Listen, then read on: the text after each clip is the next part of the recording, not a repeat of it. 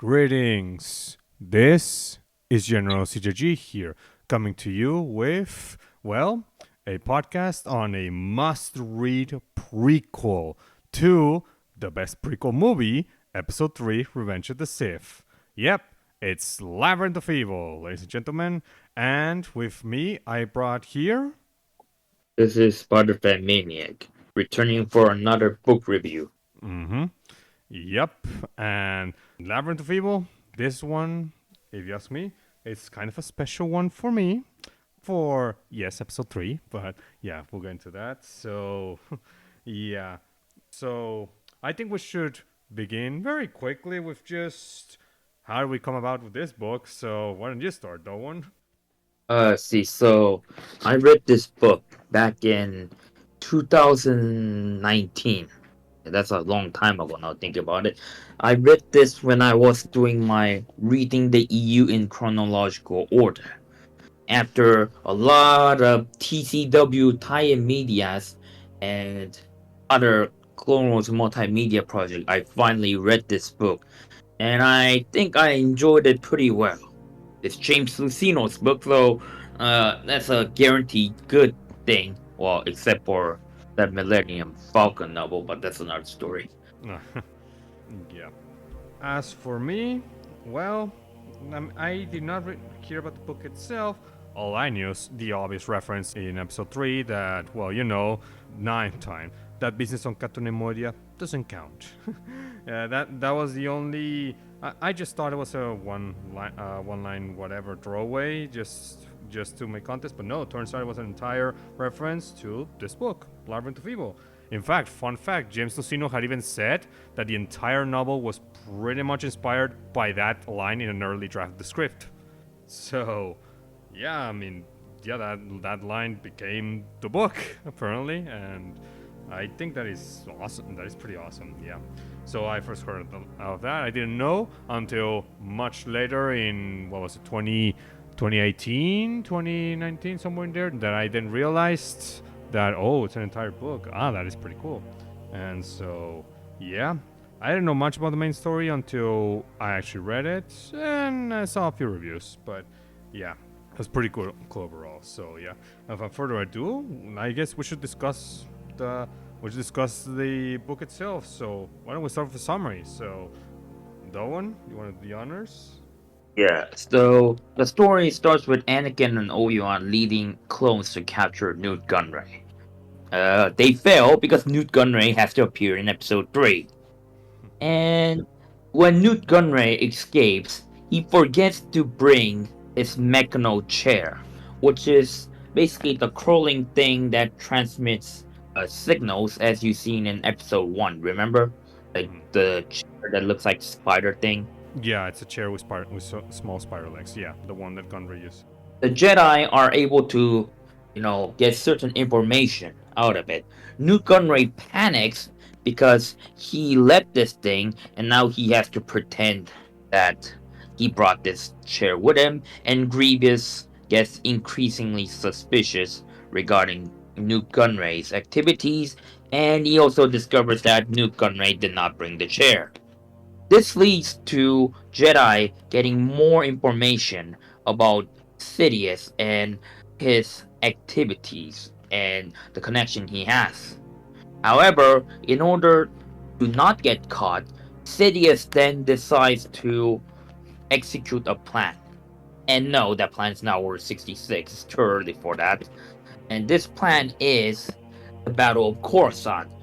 Due to this, the Jedi have to fight a bunch of droids in the planet, and Grievous successfully managed to capture Palpatine. Anakin and Obi-Wan are alerted by this, and they are sent after to rescue Palpatine from Grievous's hands. And the rest is to be continued in Revenge of the Sith. Yep. Yep. So that's the basic summary on the book, and yeah, I guess we should start discussing. So, what do you thought about the section with Katune Moria? Let's see. So, yeah, that part is a notable thing because the whole plot is because Newt Gunray left a chair in the planet, right? The Like, most random thing you can leave behind. yeah, if you would have told me that the whole reason why the Battle of Coruscant happened is because Newt Gunray was stupid and he left this thing, I wouldn't have taken you seriously. But that's what happens. I mean, yeah. Yeah, it's. I mean, it is kind of it is funny, yeah, but it also is a bit like ironic, the separatists that begun the Battle of Naboo and also was one of the big ones for the separatist army in Episode 2 is the one that causes the Battle of Coruscant indirectly, of course. That's kind of funny, not gonna lie. Yes, and this is the example where Obi-Wan talks about that business on Cato Nemodia does not count. Yeah, where basically Anakin saved his ass like one time, actually two times in the whole in the entire time they're there. So one time against the droids, the other one when Obi-Wan was almost going to die from the toxic gas, which, I mean, it would, if you ask me, it probably would have been 10th time, but I guess Obi-Wan did not want to give Anakin too much credit on that one. It doesn't count. He says. Lol. Well, okay, sure. Doesn't count, Obi-Wan. So yeah. Yes, sure, I'm an old man. Yeah. Is this the first ever depiction of Ketone Moidia in the entirety of Star Wars? Not. I am pretty sure that's the case. Hmm. Yeah, it is. Damn. And this book certainly had plenty of stuff introduced in Episode 3 in here. Oh yeah, this book was directly the movie prequel. It says the must-read thing before you watch the movie, right? Yeah, of course. Of course it is. Which this book came out in January 2005, which wow, that's like what 3-4 months before Episode 3 itself comes out. Yeah. That's kind of early. The last chapter of Clone Wars 2003 came out in March. Yep, it came out in March 25, 2005. So to put it simply, we already had the Battle of Coruscant long before, and then we had it in the Tartakovsky's Clone Wars. So, well, we'll discuss the Battle of Coruscant Yes. later on. But it will make sense. But I do find it fascinating that well, the marketing for Episode 3 was pretty much saying, yeah, let's make several events that happened before Episode 3, from this to Obsession, the Republic comics, like so on and so forth. If we also pay attention, you get to see Commander Cody appear in this book before episode 3. Now, this is not his first appearance. You get to see him also in Republic Comics, and also, I think he also appears in Microspheres, does he? He does, chapter 22. Oh, yeah, wasn't that the part where Obi-Wan and Anakin eat bugs or something? Yeah.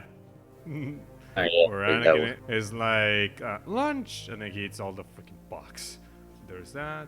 Other characters also debuted here, which we'll definitely get to in a bit. But yeah. As for Katune Moidia, I thought the battle was interesting, and interesting in the sense that they were going after Newt Gunray's home base, which now I think about it, it definitely took him a while to get there, considering, I mean, yeah, it is the home base of the Nemoidians, the home planet, so of course it was going to be under separatist control, so it was going to take a while for the Republic to actually get there and take over it, but there it happened. Yep. So there is that. You got anything else to say, mention on this battle? Well, there is the whole, what was it? Squad 7, I think. That was the squad involving Obi-Wan, Anakin, and a couple clones. There were plenty of ARC troopers in this book. Yep. No Republic commandos. I Interesting. mean, commandos do appear in the later part. Republic commandos? Yeah. So, anyway, anything else to mention on Catherine Moria? Anakin and Obi-Wan finds the chair and then they start fixing with it. New Connery panics and tries to self-destruct, but before that, Anakin and Obi-Wan learns that Sidious is actually real and not something created by Dooku. I think isn't that what it is? Yeah, the Jedi, they all thought that the Sidious was just a lie, rumor that just Dooku created just to throw them off scent, because they didn't believe him. So they generally thought he was just making lies. Don't believe him. But once they see Darth Sidious, it's like, oh shit, this was real. Fuck. So yeah, now they actually had to go after him. They actually have confirmation. Yep, definitely. And all because Gunray was just too stupid to hoarding all of his riches, but Yeah, he couldn't take the most important thing. His fucking chair. The fucking chair. All of this just because of a fucking chair. It's just ironic. Oh man. No, it's just ironic. So yeah. Oh yeah, them somehow being able to transmit the code for the Magno chair to self-destruct and even defend itself when they try to tamper with it. It's just that's interesting. I think there's also another TC droid which appears, and I thought so. I was initially confused because I thought, "Whoa, that droid from the movie returned in here," but nah, they're different characters. Yeah, But I assume they were the same model. they are. They Mm, seem to be the same model, yeah. But this one It, was definitely not treated well by Gunray. yeah, So there is that. Yeah. Next, after Obi-Wan and Anakin find the Magna chair and they're transmitting it, back on Coruscant, Bail Organa meets with fellow members of the Loyalist Committee to talk to Chancellor Palpatine, but apparently set the stage just really doesn't want to let him in. It's like, Chancellor's busy. No. So yeah, that happens. Meanwhile, back on Category Moidia, Obi-Wan talks with Yoda about what happened, and now they're going to pretty much hunt down Darth Sidious, and yeah, so yeah, the search for Darth Sidious begins. They pretty much go to the planet of Charis 4, where the Chi-Charans are in. yeah. Yep. For those uninitiated, the Chi-Charans are the ones that created the droid starfighters. Yeah, and by the way, don't get me started on this ridiculous name. How do you even pronounce this nonsense? Like, you know what I'm talking about, right? Yes, yeah. One of the Chicharans that is called Lalak. This name is god awful. Who came up with this? Well, we know who. James Luceno. Yeah, I mean, at the time, this was one of the worst names I ever saw in Star Wars. But there's a Rogue One character which has a even longer and even more stupid name than this. Yeah. Yeah, they had to find this guy because he's the one that created the Magno chair. And to put it simply, he was not when Anakin and Obi-Wan arrived, because they wanted to, well, they wanted to pretty much find this Chi-Charn and talk to him, but he caused trouble and started to escape, and they followed him, and yeah, to put it simply, they caused the Anakin and Obi-Wan did cause some trouble, so the king of the Chi-Charns was like, just say your questions and let's be done with this, so you don't cause any more trouble. And so they managed to get the answers they needed, and now they need to go to Escarte to find a specific toilet pilot that originally had sent the chair. So yeah, and yeah. So before I get to that, what do you think, though, of the entirety of Charis 4, and also how Newt Gunray is pretty much just completely avoiding any sort of accusations by Grievous? Yeah, in this section, we get to see that Grievous and Newt Gunray absolutely hate each other because Newt Gunray thinks Grievous is nothing more than a simple droid, and his money is like spend it on Grievous. And I also think Grievous is cybernetics, and I also think I heard that Newt Gunray originally owned the Invisible Hand. Huh? Really? Yeah, but Sidious made him give Invisible Hand to Grievous. So Nute Gunray hates Grievous for that reason. I actually didn't know that. I didn't know the Invisible Hand originally belonged to Conray. But So. Grievous also dislikes Nute Gunray because Nute Gunray is like a Nymodian who's like a coward, but he all acts like he's important. Grievous does not like Nute Gunray because Nute Gunray treats him like a simple droid and mindless thug. So they've been hating each other, but they have to endure each other because like Sidious needs both of them, or at least currently. Mm-hmm. Yeah. Oh, by the way, yeah, you are right. Apparently, the Revenge of the Sith Visual Dictionary is the one that says that Gunray reluctantly had to give the ship to General Grievous. Yeah, so these guys already hate each other, and they not seem to stop trying to get a reaction out of her. Grievous, so it's kind of weird how this relationship works. Newt Gunray is kind of afraid of Grievous, but at the same time, because he's protected by Sidious, he gets to constantly get a reaction out of Grievous.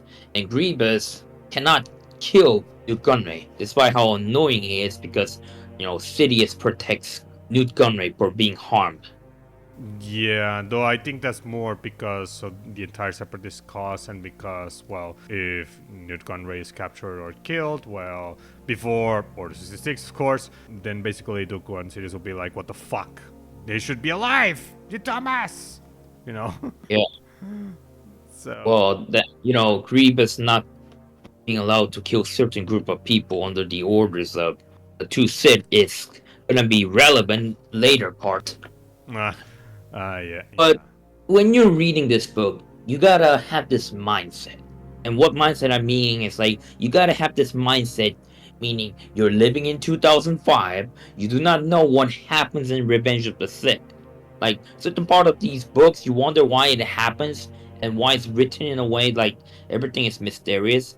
You gotta operate under the mind that you do not know shit about the movie. Mm-hmm.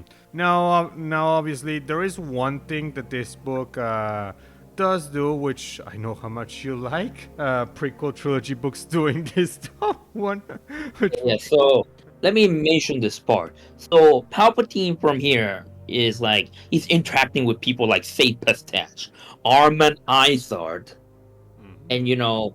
Doriana and all these people, right? Yeah.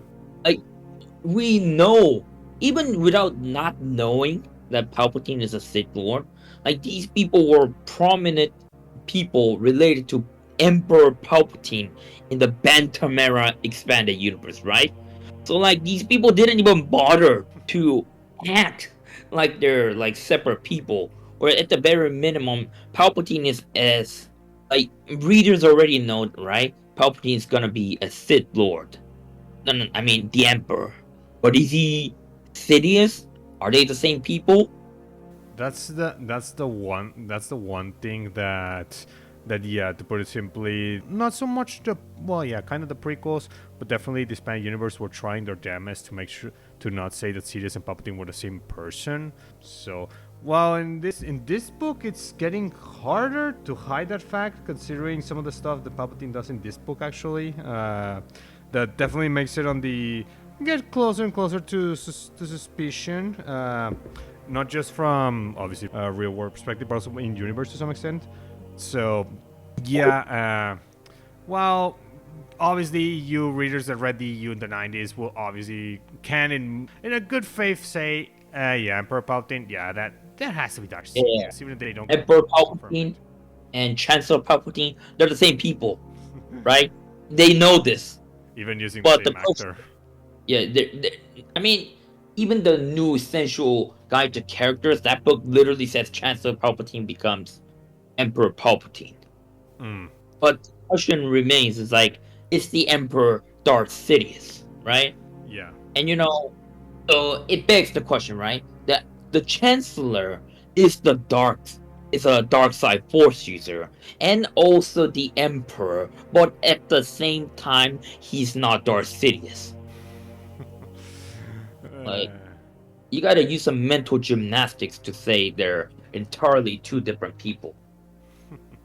I really wish I had been reading the EU back then, so I would have at least so I at least would have been like known the reactions of the people and everything when they were like really are they hiding something obvious? Like I'd like to know how it was back then. I mean, there were even, I think it was a VHS cover or DVD. It literally says, it's Chance, Senator Palpatine, which will later become Emperor in one of the episode one VHS. Hmm. So, like, they were not hiding the fact that this guy's gonna become the Emperor. In one of the VHSs. I've never seen any Phantom Menace VHS tapes. Now I think about it. I got the movie in DVDs, so I never saw it myself. Did you ever? Oh, well, let me show you this. Let me see it. Um, on the back of the cover. Yeah, like, look at it. Oh.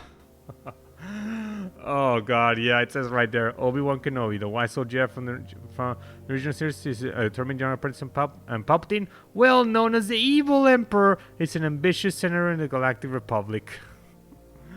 Well, Yes, that's so I don't think they were doing anything to hide Palpatine being the Emperor. This book is also notable because it doesn't show what Palpatine is thinking. You don't get to see his inner thoughts, unlike books like Cloak of Deception. or the most obvious one, Darth Plagueis.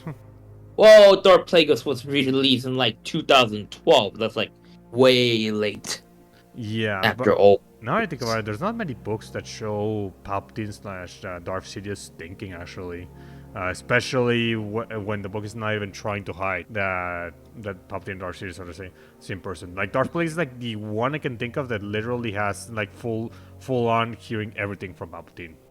And this book, I think, it also mentions Darth Maul's ship. Ah You yes, know, I think it visited somewhere, and there was also Raid Cinar being involved. ah yes, yeah, yep. Rafe Senior, the one of the creators of the Death Star, if I recall, one of the engineers.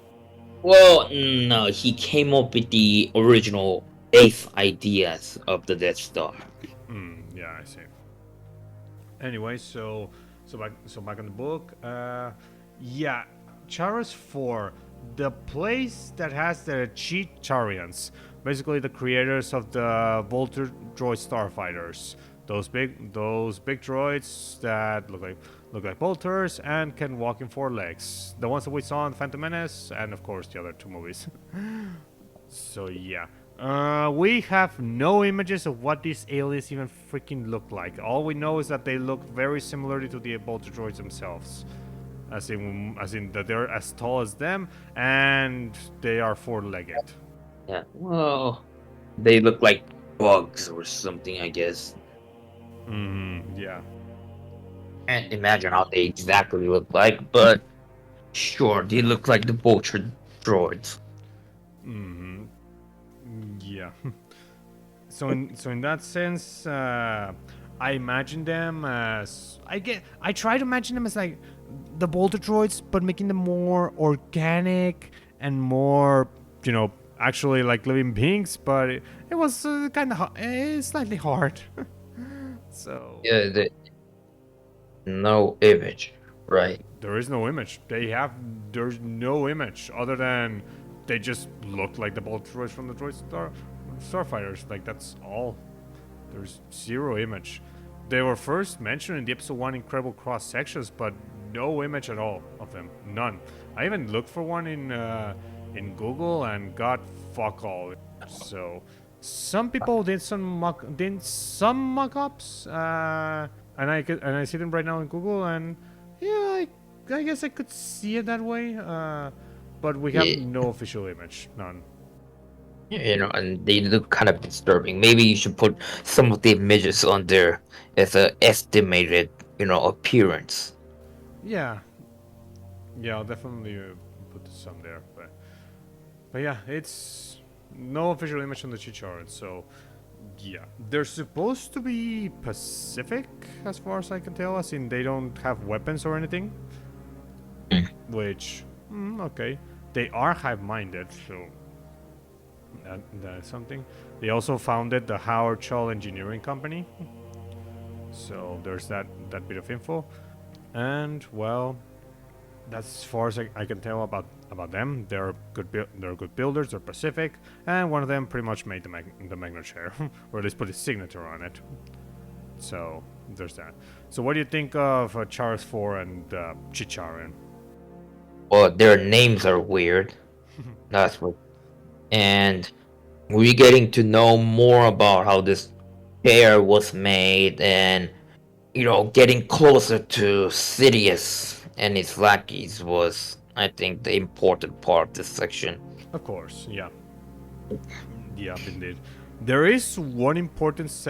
There is a few important sections in this book that definitely we do have to mention, and it's the fact that this book confirms Hmm. that the origin of General Grievous is indeed the same one that we saw in Visionaries. I think it was. Yeah. So, wait, when did I think Visionaries came out later than this? Really? Oh yeah, it came out much later. But for some reason, the Ice Revolution was considered non-canon, even though that story is pretty much the same one as in this book. Well, no, that's because Visionaries itself is kind of questionable in terms of canon. It has those weird stories like, Darth Maul suddenly coming back from the dead, which was considered non-canon back then. But this story was definitely on the canon side. Yeah. Even in this novel, it said like I think at least 2 times that Darth Maul was killed. Well, it Yeah. said something like an assassin which was killed in Naboo. I mean, all the mentions of Darth Maul here are in passing memory. They're not like he's still plotting or anything like that. So, Yeah, and not to so mention, this book ties into the episode 3 novel, which that one says Darth Maul died. It says it 3 times up yeah. front. So, there's So that too. Maul is not, somewhere in, Mandalore, leading Mandalorians and all that stuff, because that stuff does not exist. Yeah, And no. like I said, you gotta read this book from the perspective of 2005. Which is that he's fucking dead. Yeah, And he's still exactly. dead. And there's also references about, Chancellor Balorum, it referenced in a comic which it says like he went on a shuttle and the shuttle was destroyed in a terrorist attack. Ah, yes. Yeah, no, Yeah. that's reference to the Republic comics. And if you see the current lore, that part is not considered canon anymore because Balorum is live and well in TCW. So yeah, so like this book literally feels like a time capsule.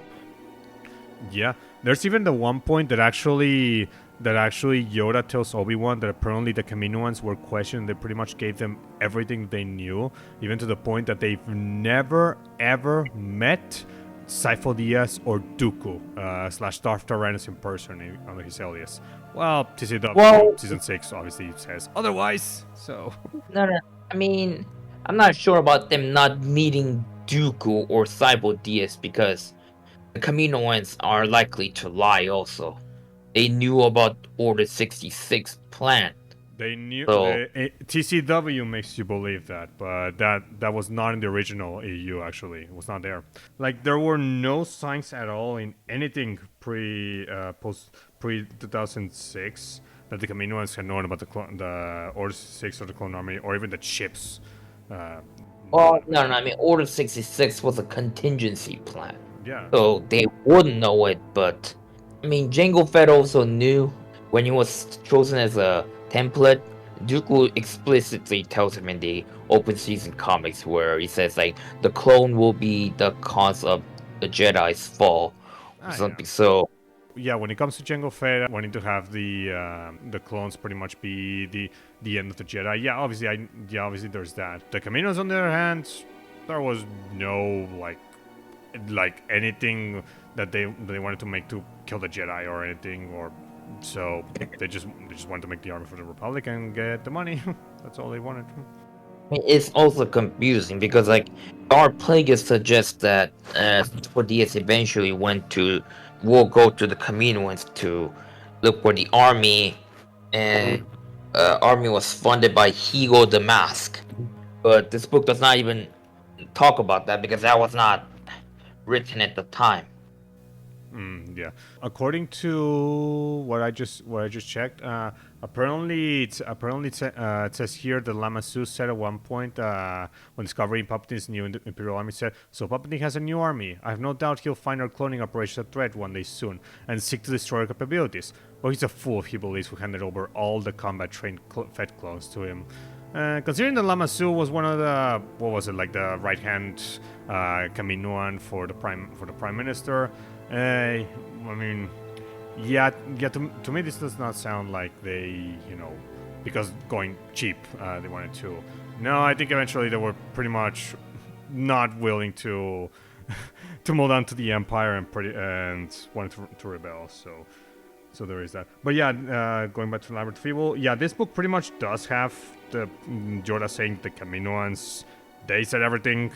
They never met Sifo-Dyas, never met Dooku, and that they pretty much had that all they and that the order was placed and they were receiving payments from Tyrannus, but Tyrannus never interacted in person. They just received them from some random bank accounts and shit that he sent them. Yes, so I guess that was Plagueis Mm, when he was alive. I guess. it's a possibility. It's a possibility.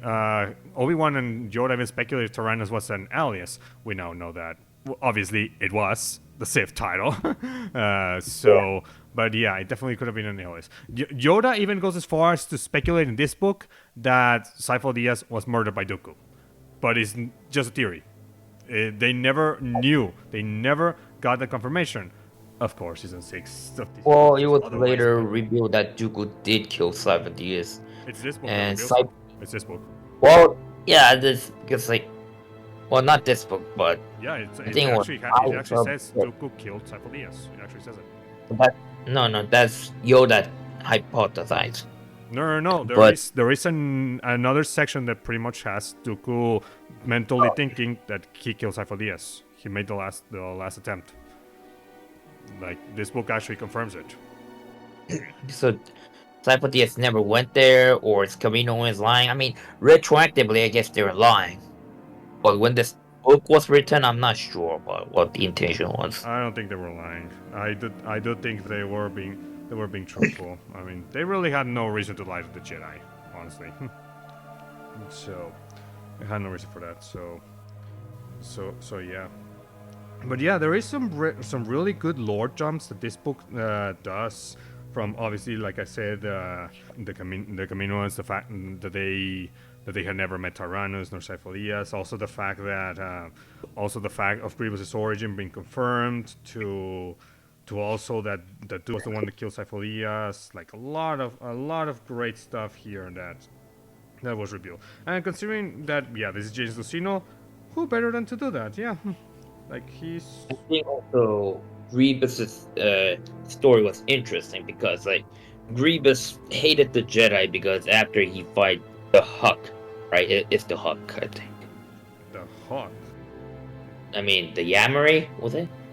Because Grievous was fighting for his people's freedom, and then the Yamari used the Galactic Republic to make them look like the Kalish were the bad guys, and that's why Grievous's people had to pay reparation to the Yamari, and it basically bankrupted his planet. Ah, yes. That's why Grievous hates the Jedi, because they're the reason why his planet went to economic devastation. Yep. Yeah, that is indeed what happened, and honestly, that is...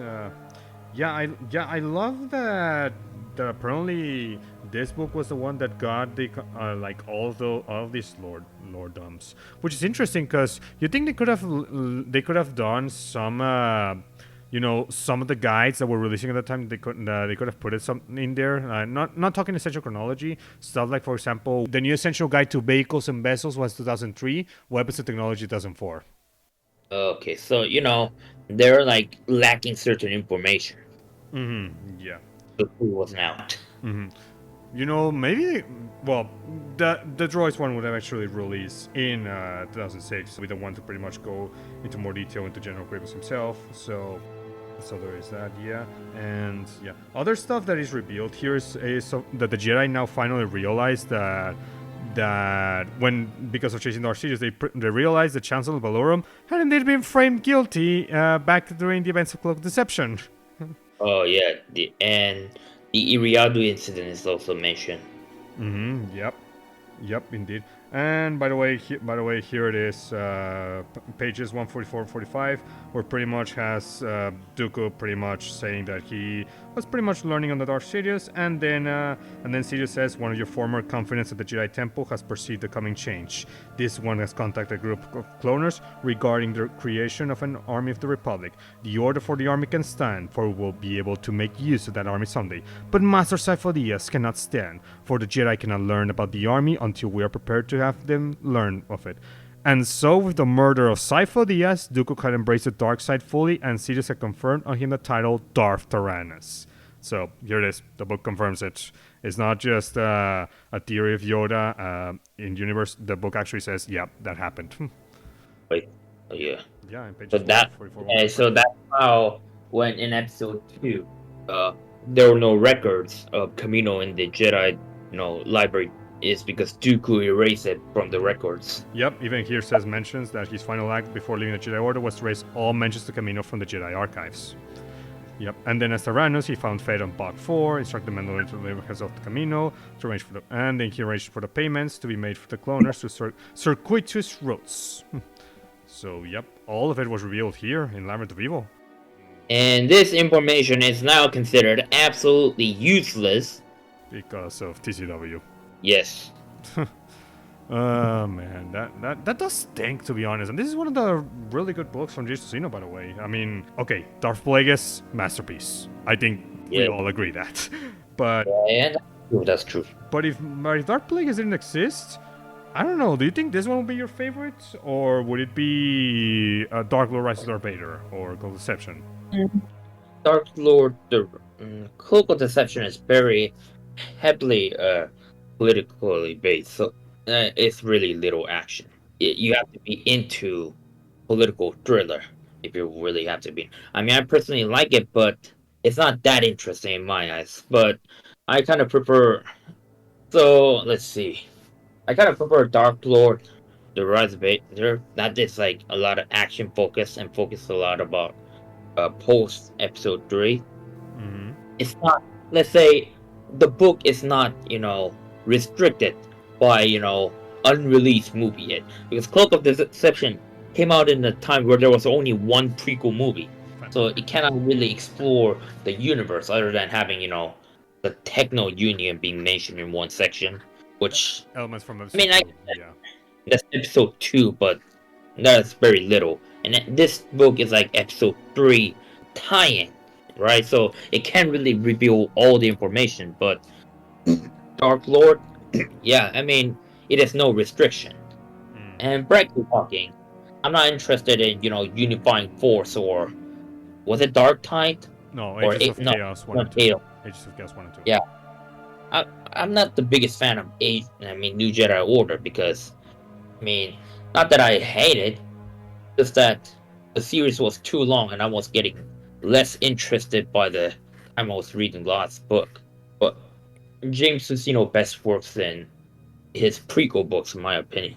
I actually really enjoyed Unifying Force. It actually ended up being my favorite of the New Jedi Order books, but that was because it was the last one. It had a big fight and everything. So actually, that is one I really enjoyed. But if I had to classify my favorites from Jason Sino, obviously there's Darth Plagueis. I think maybe Labyrinth of Evil would be number 2, if you ask me, maybe. Followed by Dark Lord Rise of Darth Vader, and then I will put the Unifying Force on it. So. But if I have to choose one book, it has to be Dark Plagueis because these books are, and it's not terrible, right? We gotta keep things real around here. Okay, but what if Darth Plagueis didn't exist? Which one would you pick? Then I will go with Dark Lord. Okay. I myself, I think I go Labyrinth of Evil, to be honest. I like Dark Lord Rise of Darth Vader a lot, but Labyrinth of Evil, if you ask me, I think I find it to be the stronger episode 3 tie-in movie, because, well, it's a prequel, obviously. But I also really like Rise of. I mean, both are really fucking good. It's like, it's hard to choose between those two. Dark Lord, this thing is the must-read prequel to Revenge of the Sith, Yeah, and it's even Dark Lord plastered is the on. must-read sequel. Yeah, they're plastered even the covers of both books, which is fascinating. And it created this weird sense of Dark Lord trilogy, which has Labyrinth of Evil, Revenge of the Sith novelization, and Dark Lord, The Rise of Darth Vader. And I mean, if you want to call that thing a trilogy, go ahead, but I wouldn't really call it a trilogy. I mean, And there is that, yeah. It's just trilogy in the well, I want to say unofficial sense, but they have released the three books together and officially called it the Dark Lord trilogy. So I guess it's not an official anymore. So there's that. so, yeah. so yeah, Let's continue with other parts. yeah. What are So next, that is after Obi-Wan and I can get all the information they get from Chicharan. They then go to Escarte to find the Twi'lek pilot. They manage to find her, and they get information that turns out that the chair was she delivered it to Coruscant. And that starts the investigation of Mace Windu, Shakti, along with several ARC troopers and Captain Dine, to pretty much search for Darth Sidious. And where yeah did they search him? Where did they go, the one? the works? Yep. The same Yeah, location so that we saw Dooku arrive on Coruscant in episode 2 at the end of it. yeah, the works. This place, I think, also appears in Plagueis. I think it was originally Yes. owned by him, and then later Yes. given to Palpatine, right? Mm-hmm.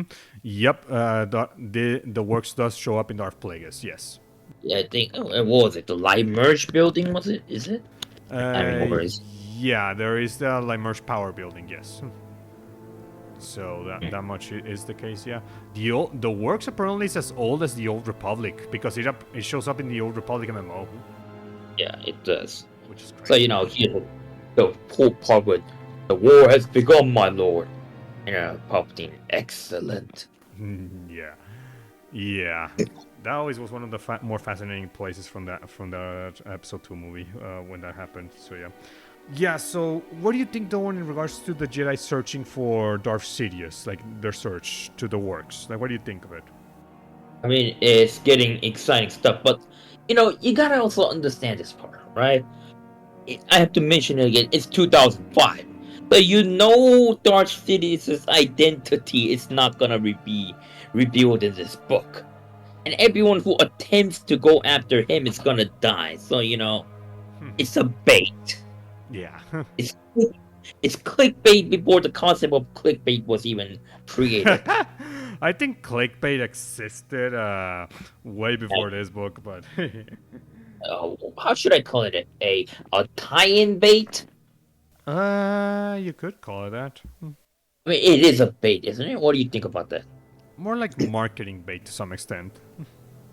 Yeah, I mean, you're reading this, like, you have to be a retard if you actually think they're gonna find the real identity of Darth Sidious. I mean, let's be Well, real. one did find but that person couldn't No, no, tell no, I anybody. mean, the audience, I mean. Yeah. Yeah, but the Jedi, no, they didn't find. Though the search for Darth Sidious ended up being really fascinating from hearing Mace Windu and Shakti, like thinking of the entirety of how how Dooku was able to even get there, and that Sidious was there all along, and then they were like getting pretty close, and and then when certain event happens, they pretty much are like, God damn, like they could have they got so close to pretty much they had to relinquish the search for it because of what happened next, which you know what it is, the one. Battle of Coruscant? Yep. And during the middle of their search, they were damn close. They were in the 500 Republic actually, where all the senators and all the most important celebrities and people were in, and the Jedi had to pretty much relinquish the search because Coruscant was under freaking attack. So Mace, Shakti, they took like a good chunk of the ARC troopers, and they were forced to call off the search. Well, Captain Dine pretty much was like. Okay, Valiant and two Republic commandos. They were like, they pretty much told him to continue searching for Darth Sidious. Now, Dine could have easily just, either not search or not search and go join the fight, or continue with the search. He went for the search, and what Yeah, happened? they all died. Yeah, they all died. What I find the scene interesting is because like Captain Dine is looking like he couldn't believe like this figure was Darth Sidious, like right, like he had no idea how deeply the Sith was involved in the Republic. I mean, to be fair, I mean, even if you recall in episode 3, even Windows like, then our worst fears have been realized when he realizes that Palpatine is a Sith Lord. So literally, it's like, yeah, pretty much nobody expected the Chancellor himself to literally be the Dark Lord of the Sith. They didn't believe it when I mean, it says like I think the reason why they didn't immediately suspect Palpatine was the Sith Lord when Dooku said something like hundreds of senators are controlled by Darth Sidious is because like it would be too obvious to think Palpatine is Sithable. Yeah, it will be obvious, but it's funny. If you recall in one of the Republic comics, they actually were going to try to test everybody for midichlorian counts, but Palpatine not only refused, but also had to kill those Jedi to pretty much cut off the trail. Yeah, no, I remember. No, he was Ronhard Kim. Ronhard Yes, Kim. yes, that's the one. And Ronhard Kim appears in Dark Plagueis as a sort of relevant character. Appears enough to be. Yeah, so Palpatine to get him off site and never have the midichlorians testing idea in the Senate to happen, pretty much sends him on a mission that ends up being, pretty much the end of him. But the reason why this battle is also interesting is there's two reasons. One of them is being Palpatine basically it's it's 2024 when you can say Palpatine. Palpatine is concerned about the fact that he's gonna be exposed, so he decides to turn the attention away by, causing a battle right in front of here. And another reason why this is interesting is like the whole concept of Battle of Coruscant is whenever a faction tries to take over another faction, they always fight Coruscant. There's the thing with the Sith, ancient Sith fighting against the Republic. There's the thing with the Yuzan Vong attacking the Republic. There's rebellion attacking Coruscant, and then the Empire attacking the New Republic to take away Coruscant. So yeah, this is one of the 8 million versions of Battle of Coruscant over here. And when people typically talk about the concept of Battle of Coruscant, they usually think about this, right?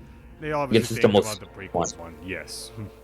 Yes, and that's mostly because it's the only one that's in live action, so that's why.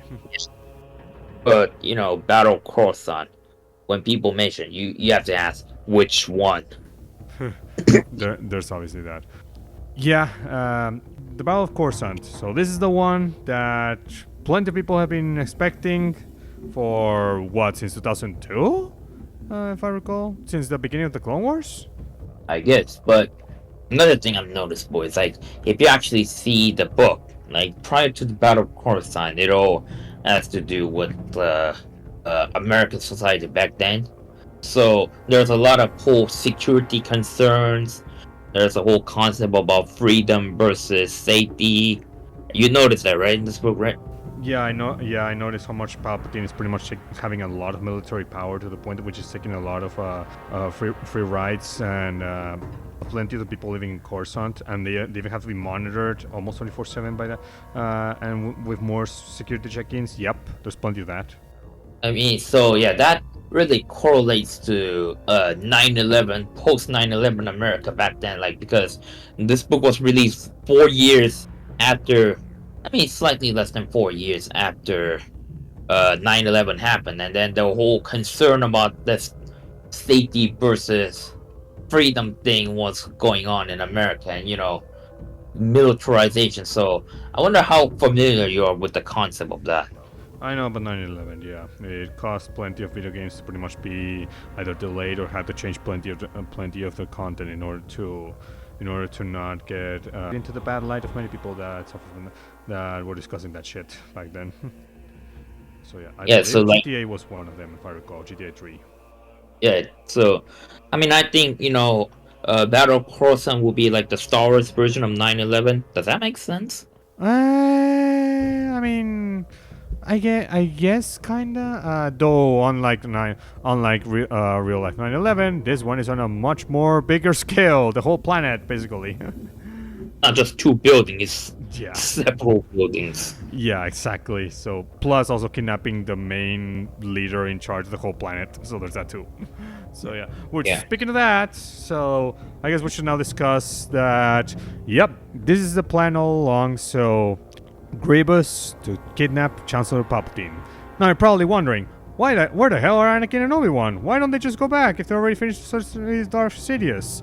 Well, so the main reason is, well, it's pretty simple. Sidious decided to have Dooku be as bait for the two Jedi to pretty much pursue them untied.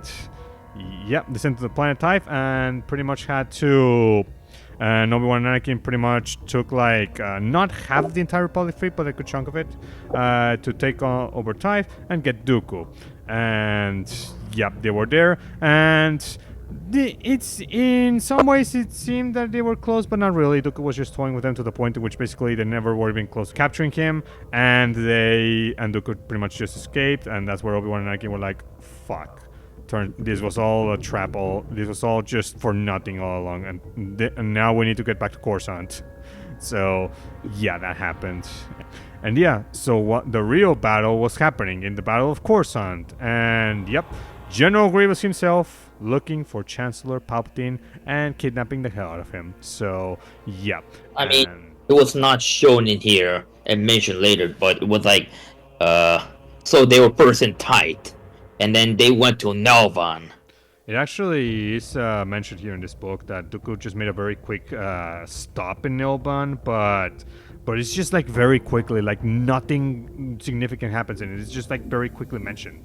Like there's nothing significant in it. Wait, no, that was tight. Nelvan was the thing where Anakin went and touched the crystal with his metal arm. Yes. Yeah, that's where the 4 episodes of Clone Wars Season 3 happens, and where Anakin also gets the blue spiritual tattoos and stuff. Yeah, same planet.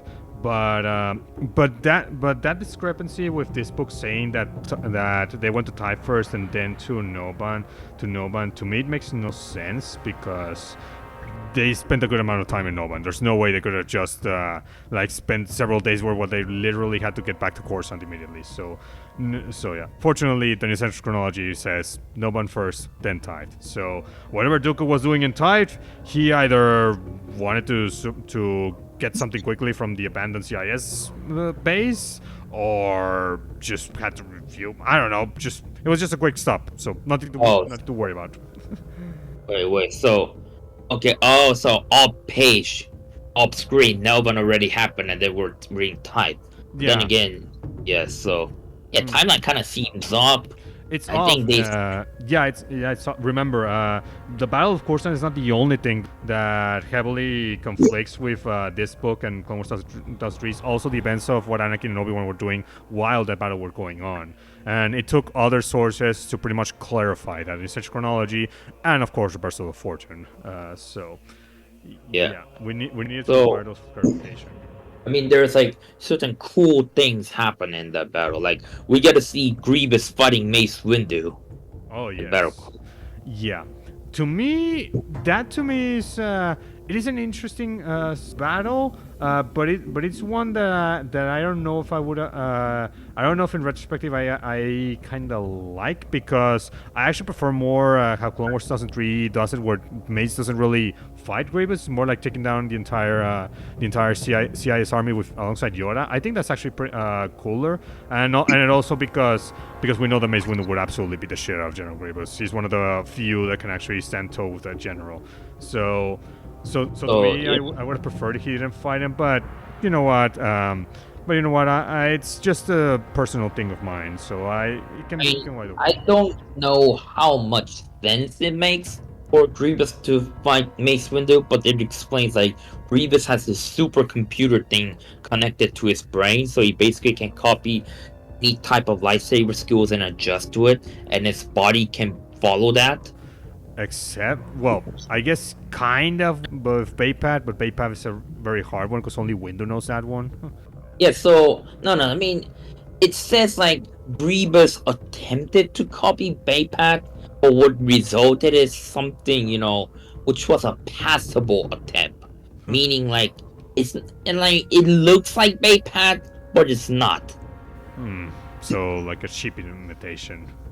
So like basically, you know about Juyo, right? Yes. So the form, what form is it? I forgot what form number is. Form 7. So Form 7 basically has two ways. Is basically the thing Darksider used, which is Juyo, and the other thing being Baypad, as used by Mace Windu. And in this book, and only this book, you get to see the third variation of Form 7. You know what that is? Uh. Whatever the hell Grievous came up with when he attempted to copy Mace Windu's form. So I guess that counts. Lol. that that's something. Is this the only mention that General Grievous has a internal like mental computer that analyzes the fighting skills of others? I mean, I think there was also Revenge of the Sith novelization saying that. I thought the new Essential Guide to Droids would probably say it. But you see, Grievous surprisingly did not appear in the other Star Wars novels prior to this, except for, I think it was Boba Fett. Yeah, I think it was the fifth book, if I recall. Yeah, Boba Fett, a new threat. And like, so that part is interesting because Grievous primarily appeared in the micro series, so he doesn't really appear that much, for a character that important. I guess they were trying to hide him. They were hiding There's him at the beginning of the Clone Wars, but once he made his debut in Hypori, yeah, he was supposed to be a big big threat. I mean, it is General Grievous. So yeah, he actually appeared in several Republic comics post his debut. Apparently, he was in issue 70, 71, and he even showed up in. Of course, he was mentioned Yoda Dark Runnerable, so there's that one. I mean, Obsession, obviously. yeah, he's mentioned in these novels, right? Hmm?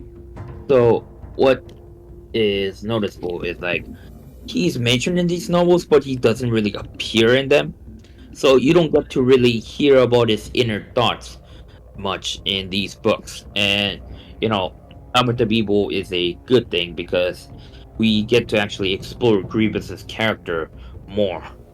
Yeah, that is Other correct. novels, other comics, animation show, they just show Grievous, cutting Jedi down. That is cool, I know, but that's not a characteristic. Uh, well, not in the sense of getting to know the character more, but it is one to pretty much show what type of character it is. So there is that. He was mentioned in Republic Commando True Colors, as well as the Cestus Deception and even Jedi Trial. So he was not in those, but he was mentioned. So And there's that at least. like mentioned, Grievous also appears in Geonosis, where he kills a Jedi. And remember the whole scene with Grievous escaping, and Delta Squad seeing the ship. Yeah, that's related to this. Yeah, exactly. Yeah. He was mentioned in Secrets of the Jedi as well, the book.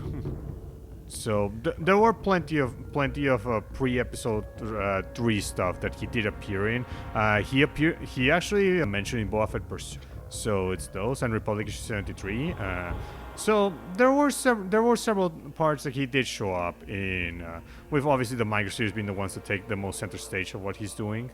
Of course, there's also General Grievous comics, which definitely Those seem to be late stage.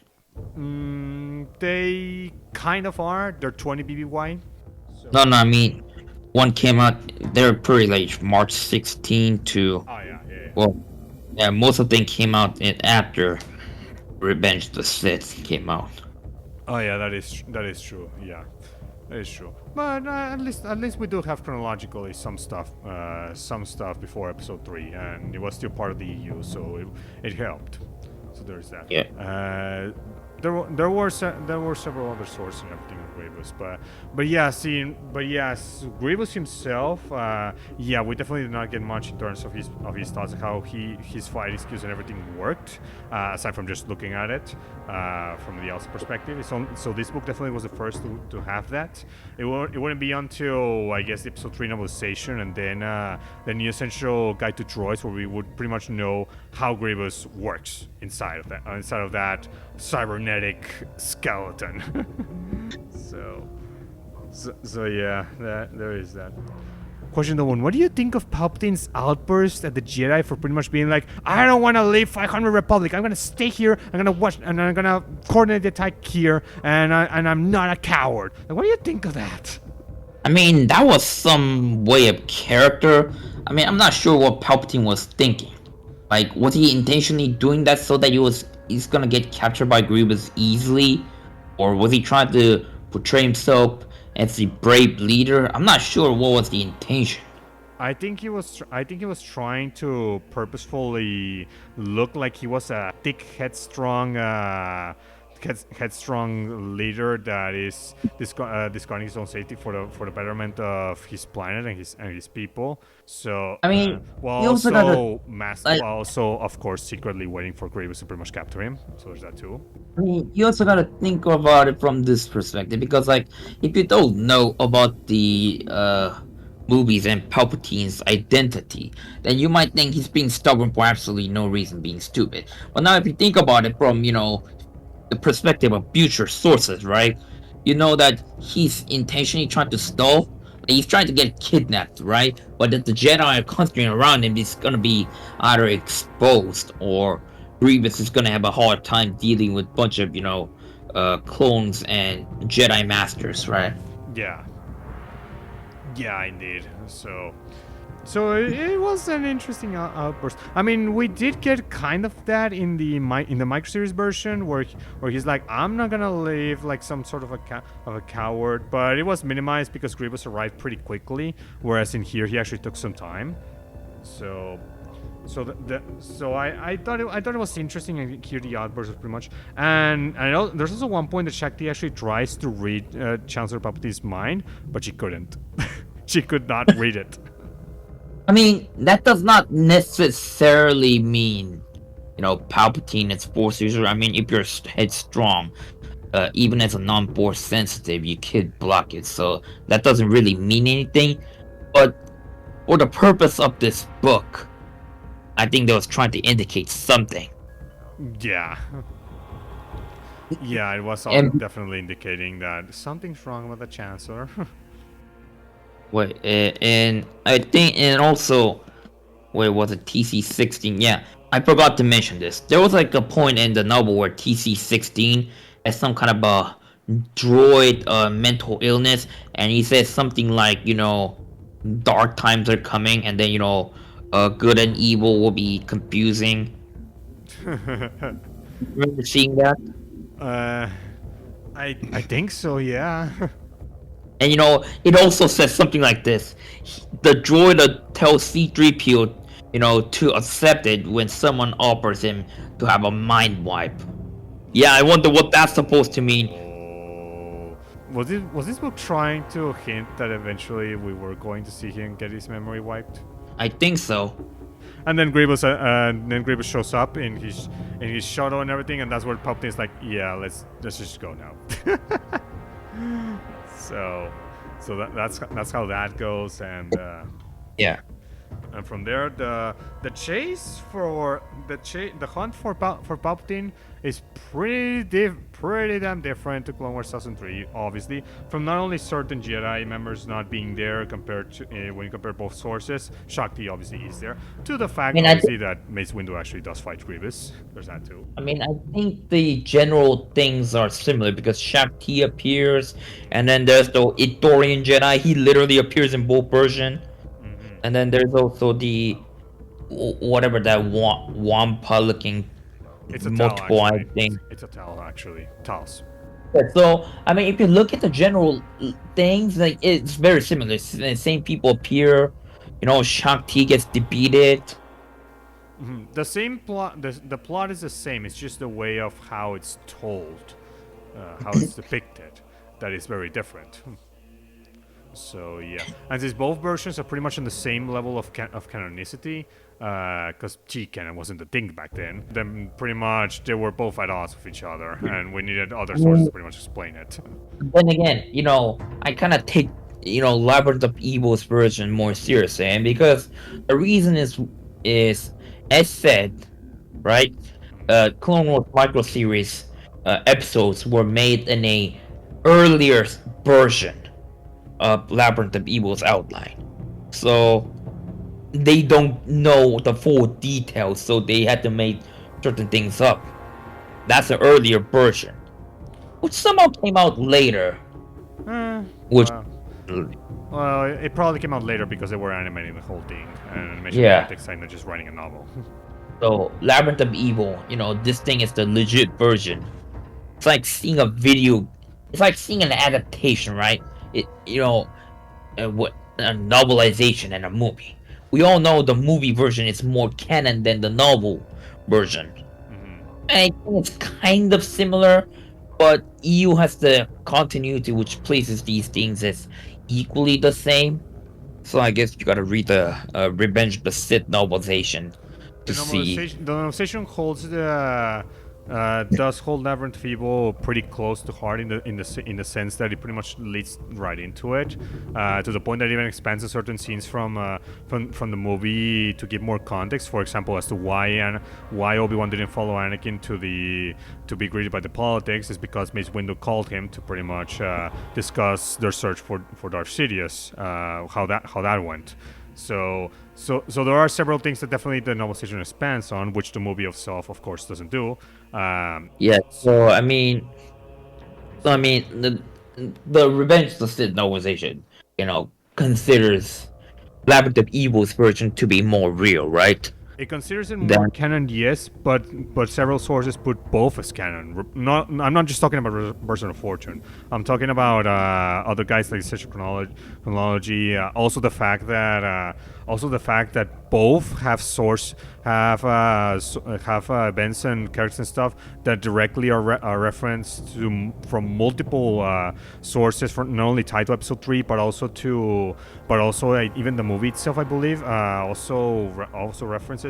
Labyrinth of Evil obviously gets a bit more from the movie itself, but there are several things that are referenced from the micro series as well. So both are canon. It's just that you have to look for a specific you have to look for like how specifically it happened, and obviously for that we need to take the research chronology into account to pretty much say no one came first before Typh, and for the Battle of Coruscant, Reversal of Fortune pretty much combines both together and pretty much makes it so that this is how it actually happened. So Yeah. it had to be fixed by future sources to pretty much give us a more clearer picture, which it's a good thing Star Wars fan didn't do something like Clone Wars micro series isn't canon.com. oh god, I knew you were gonna mention the Battle of Reach, the Fall of Reach from Halo. Right? Oh god, don't get me started. That, by the way, that one's still not fixed. Both the game and the book are still canon sources. Oh god. But anyway, so yeah. So in regards to canonicity, yeah, both versions are indeed canon. It's just that you need to take Reversal of Fortune and the such chronology into account to know what actually happened. So, but yeah, both are canon, and Labyrinth of Evil definitely fully leads into the Episode 3 novelization, which, as we both know, any scenes that do not directly contradict the movie itself are fully on the G canon side. So yeah, definitely this book was legitimate, the prequel to Episode 3, and it had plenty of information, plenty of stuff that was very important to not only the EU timeline but Star Wars in general. And of course, James Luceno. Like, who better to give us all of that than the man that will eventually lead to creating one of the top 5 best Star Wars books of all time, Darth Plagueis. Who did they think? They thought it was a good idea for Ellen Dean Foster to write Approaching Storm, but I think sure. I think they learned their lesson after that because Yeah. James Luceno first did Coco's Deception, which was pretty good, but they probably were like, Yeah. maybe Andy Foster can do better. But no, they were like, no, he didn't do better. Let's go back to James Luceno. I think that's kind of how it is, don't you think? Yeah, I mean, what do you think? Like, is this book like the equivalent of Shadows of the Empire or Revenge of the Sith? Well, obviously it is. I mean, no, I'm not literally complaining on, and not complaining, and comparing it as the prequel to, you know, the end of the trilogy movie. I'm talking about generally. Well, it is in the same way as yes, both Shadows of the Empire novel and Labyrinth of Evil are indeed the prequel stories to the events of the live action Star Wars movie takes place afterwards. Shadows of the Empire is for Return of the Jedi, and this one is for Revenge of the Sith. So yeah, in that sense, they are pretty much the same exact concept get made to novel form. But of course, we have to keep in mind Shadows of the Empire was an entire multimedia project, so it's not just a novel, whereas Labyrinth of Evil is indeed just a novel. So there is that big difference. In Shadows of the Empire, you need more than just a novel. You need to also play the game and also the comic to go with that. Yeah, to see the full picture. Exactly. Whereas this one is just a novel, and you pretty much got what you need for the prequel of episode 3. So there is that. Yeah. In regards to other events of the battle, what do you think of the fact that this book actually has no way of explaining how Grievous gets his cough? Like none. I mean, yeah, that is the weird thing. But then again, it's better if you imagine that Grievous always coughed, and it was just not described in the book. Well, except that we know that there's plenty of EU sources that never show him coughing before chapter 25 of Clone Wars as 3, so it's kind of, I mean, you gotta do some mental gymnastics in certain situations like this, because like, even the micro series people learned about Grievous cough in the late stage. Yeah, but at least they should find a way to actually put it. So this book, and there were like 2 separate voice actors for Grievous before Matthew Wood became the live action version. Or the cough version. Yes. So that is one aspect that we would have to pretty much have to take into account for the in regards to the micro series Battle of Coruscant, that we have to put in somewhere that window pretty much choke Grievous's chest to the point of giving him the cough. So Reversal of Fortune doesn't show that, so I think we can pretty easily just put that in there. And I mean, micro series also has its own issue, because micro series, even with this season 2, with like its extended time, like 10 minutes, was it? It's not. What? Well, actually, okay. Yeah. See, the thing with micro series. The micro series, the first 20 chapters, volume 1 basically, it pretty much had all of the episodes pretty much be like 4 minutes, 3 minutes, like they weren't that long. They were like kind of like mini commercials of sorts. But then with volume 2, chapters 21, 22, 23, there were like 10 to 12 minutes each. They pretty much made an entire hour. So they had to have been at least 12 to 13 minutes each episode to pretty much be completed. So yeah. Now, granted, the Battle of Coruscant had 3 episodes, 3 chapters, 23, 24, 25. So it was like 30. Well, not exactly 36 minutes, because obviously we had no one. So it would be like the half of that, like 18 to 20 minutes dedicated to it. Yeah. So I'm 18, 20 minutes. That's not enough to tell a massive battle between Separatists and Republic. To be fair, episode 3, the intro was purely focused on Anakin and Obi-Wan, and it lasted for like 30 minutes, 20 minutes. But there's the whole thing. That wasn't trying to exactly explore that. It was more of a Grievous captured, Palpatine, rescue it. They rescue it. The end. I mean, that is true. That's the whole thing. That is true, but we didn't see how the battle ended. So I mean, in that sense, this book, the book is not showing, much of it. I guess kind of part of the course. I mean, this book, since it's written in just words written by one guy, not needing to, do voice acting, make music, animate things, draw things, direct things. It's pretty easy to, have a wide variety of perspectives and, enough story. There is that, yeah. There's that, yeah. But I think both sources did the best they could with with the Battle of Coruscant, and Labyrinth of Evil still was a pretty good one. I would have wished to have seen it in some sort of animated version. Not gonna lie, that would be cool. I forgot to mention this, but did you know that this is one of the few cases where Padme appears in a Clone Wars book pre TCW? She never appeared in any of the in the previous Clone Wars books. Yeah, I think so. I mean, she appeared in Secrets of the Jedi, in this thing. Oh, she does appear in Obsession, but she barely has any character. She just appears and disappears. So, like, this is the few things where you actually get to know her thoughts during the Clone Wars, and it also mentions that, like, Padme is trying to hide something. Yeah, Right. This book You actually know hints what at that it. means? Yeah, this book actually hinted it a little bit. So Like yeah, her so pregnancy, yeah, but it's not. I mean, but it cannot be shown in this book literally because that would spoil the movie. yeah, obviously, obviously, yeah. She actually appears in Jorah Dark Rendezvous.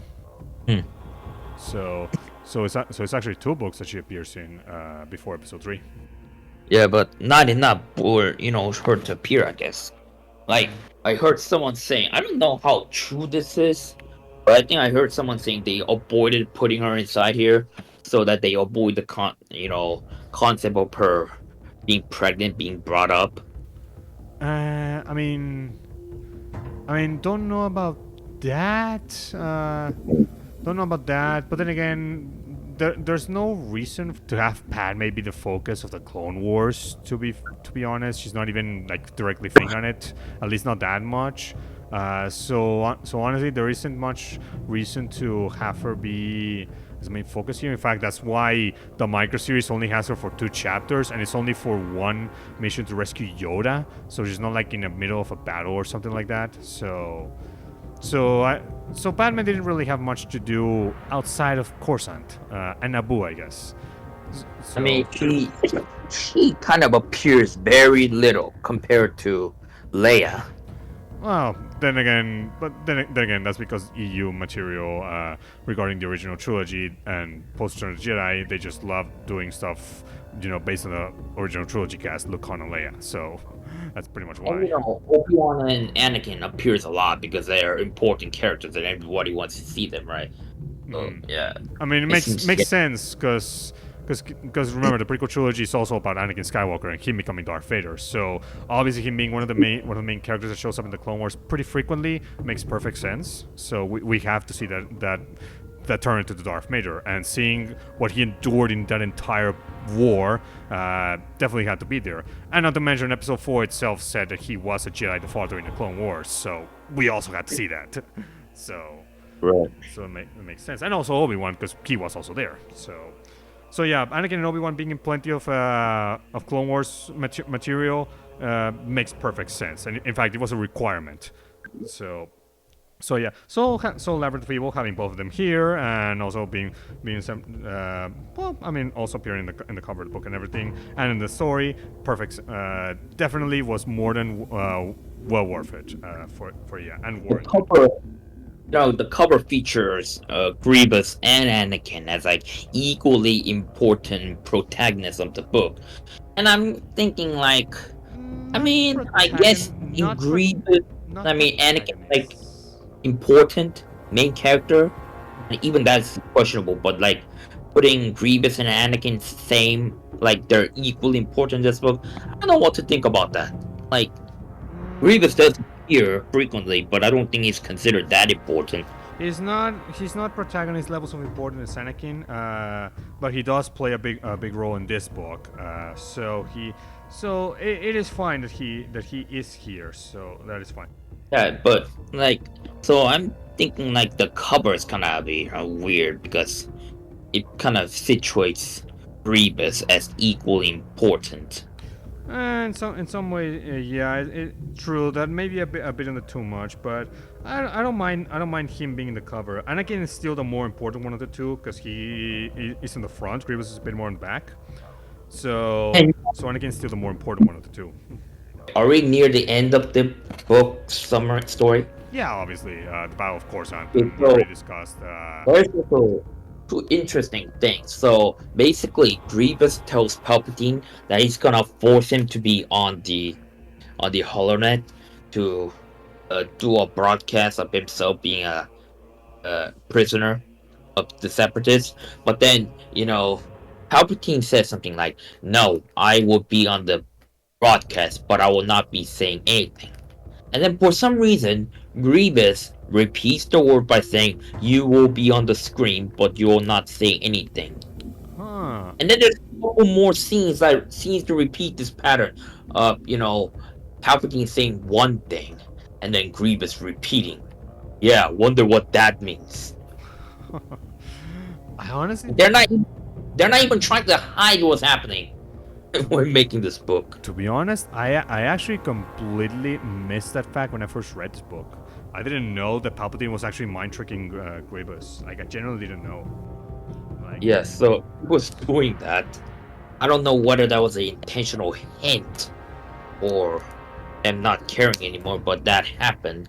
And also, there's a conversation between Dooku and Palpatine, ah yes, and Secret, yes. saying something like, "You will have to kill Obi-Wan." Mm. Yeah, yeah, it's basically the prelude. Basically says you will duel them, kill Kenobi. His only purpose is to die, and in doing so, ignite young Skywalker to tap the depths of his fear and rage. Should you defeat Skywalker easily, then we will know that he is not prepared to serve us. Perhaps he will never be prepared.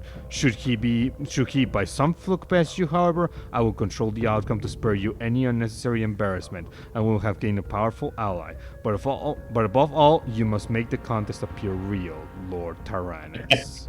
And Tyrannus has no idea that Palpatine is not gonna keep Dooku around. So naive. That's how much Ventress warned him that eventually Sidious was going to betray you, but Dooku believe him. Dooku wanted to really follow him to the end. So And there's also an interesting thing about Dooku's personally thinking. He sees how all was basically an animal and a mindless assassin, and then he was like being concerned that what if he was viewed that same way by Palpatine? yeah. And there's also a really really interesting reference saying like Dooku mentioning something about Palpatine, Sidious never mentioning a lot about his master Darth Plagueis. Oh yes, that's another big lore dump that a big shock, a big reveal that this book did. This is the first mention of Darth Plagueis ever in Star Wars So history. that's how I think people knew, Plagueis was the master of Darth Sidious because the movie never says anything about. No, it's a novelization, the one that said it. Yeah, and Labyrinth of Evil. Mm-hmm. Outright saying Plagueis was the master of Palpatine. Yeah, exactly. And then post the Star Wars acquisition with this Star Wars timeline. Apparently, there were several sources that were still like Plague is not Palpatine's master, and then later the Tarkin novel and facts about Star Wars pretty much said Plagueis is the master of Palpatine. So. For some reason, some people did not want to believe it in this Star Wars canon, which is fucking weird. Like, why?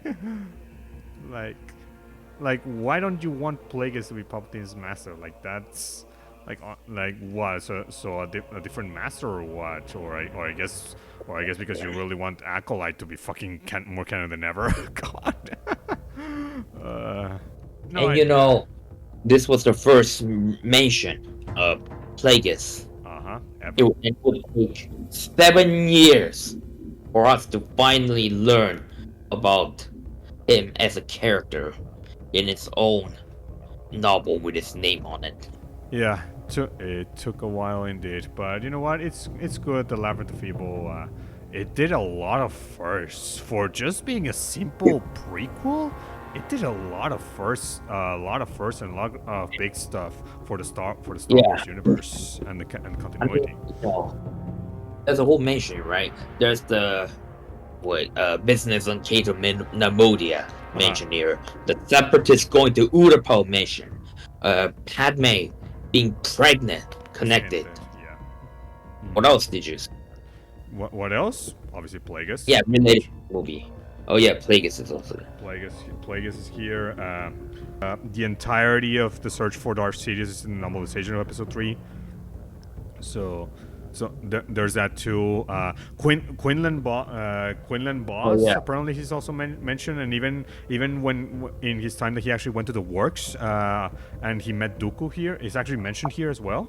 He was. And I think Wikipedia says something like George Lucas originally tried to deal with Cypodius mystery in episode 3, but that was later relegated to this book.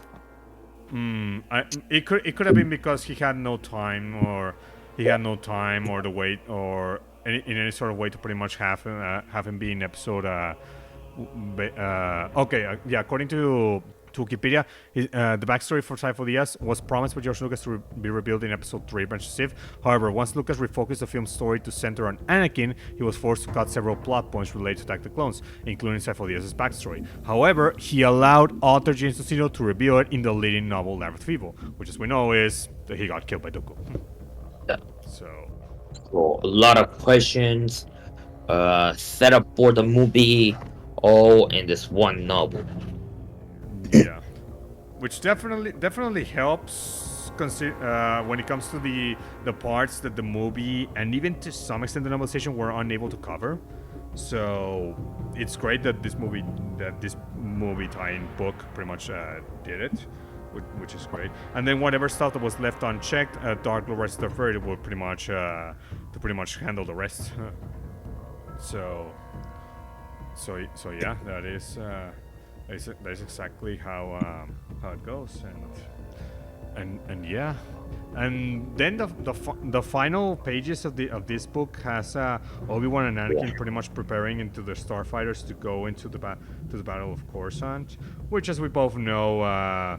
As we both know, that obviously is different to how the microseries did it, where they had because Anakin's robotic hand had exploded because he grabbing the crystal had to fix it, and then actually it's Windu who pretty much contacts both Anakin and Skywalker to go to Coruscant to rescue Palpatine, whereas in the book it's actually Palpatine who pretty much sends a message to Anakin and pretty much relates it, and then some clones pretty much tell him that Coruscant's under attack, that we need to go back.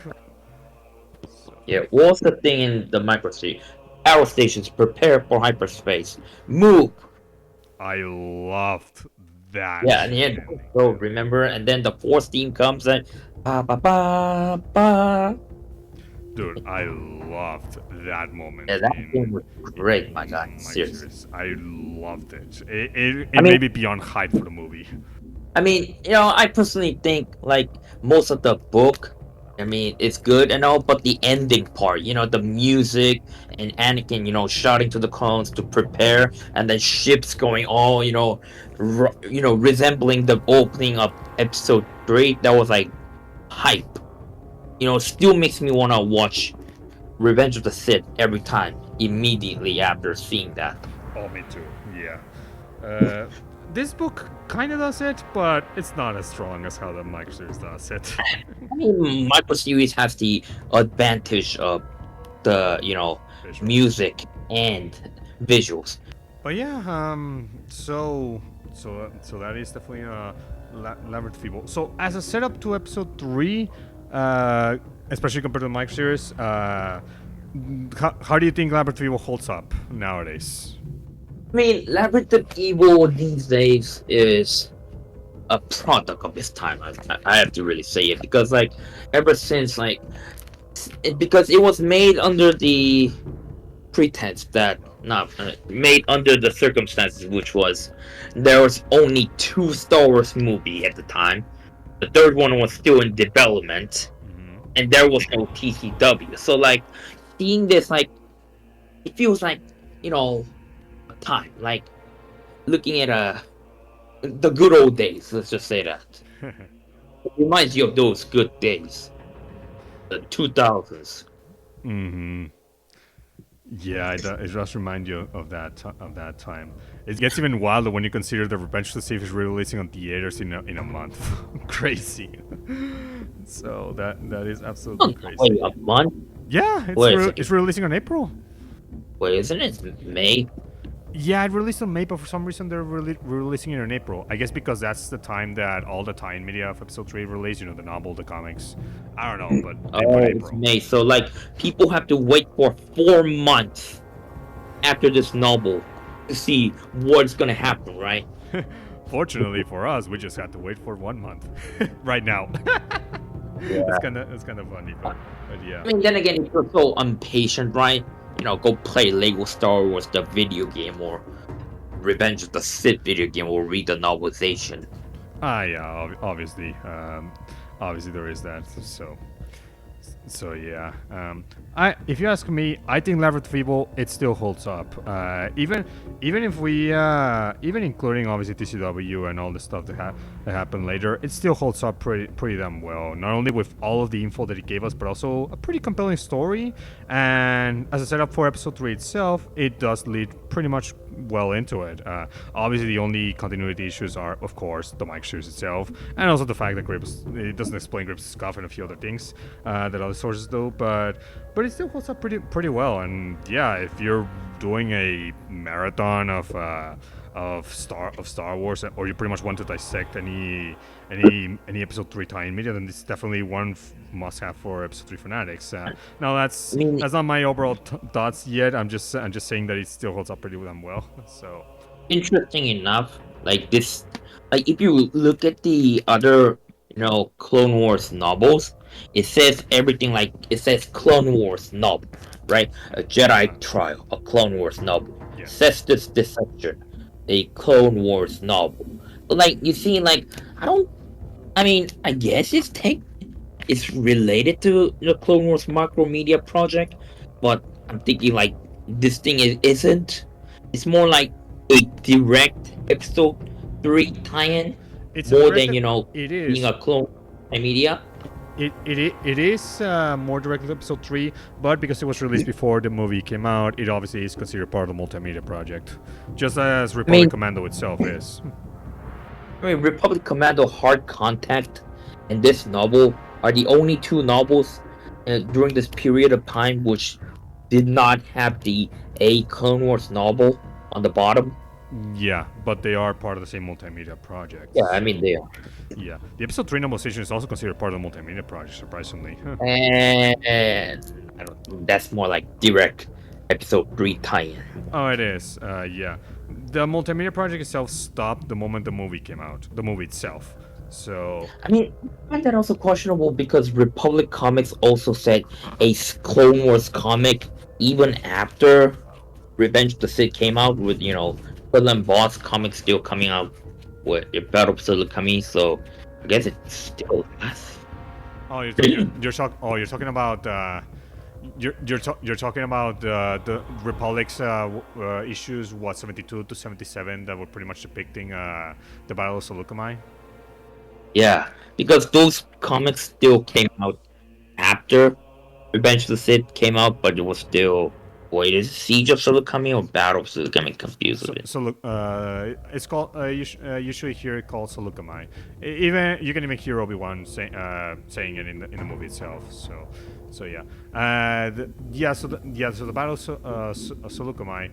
Yeah, so yeah, you were right. Those are still called Clone Wars comics, and yeah, by issue 76, the movie had already come out, and they still have the moniker of Clone Wars comic.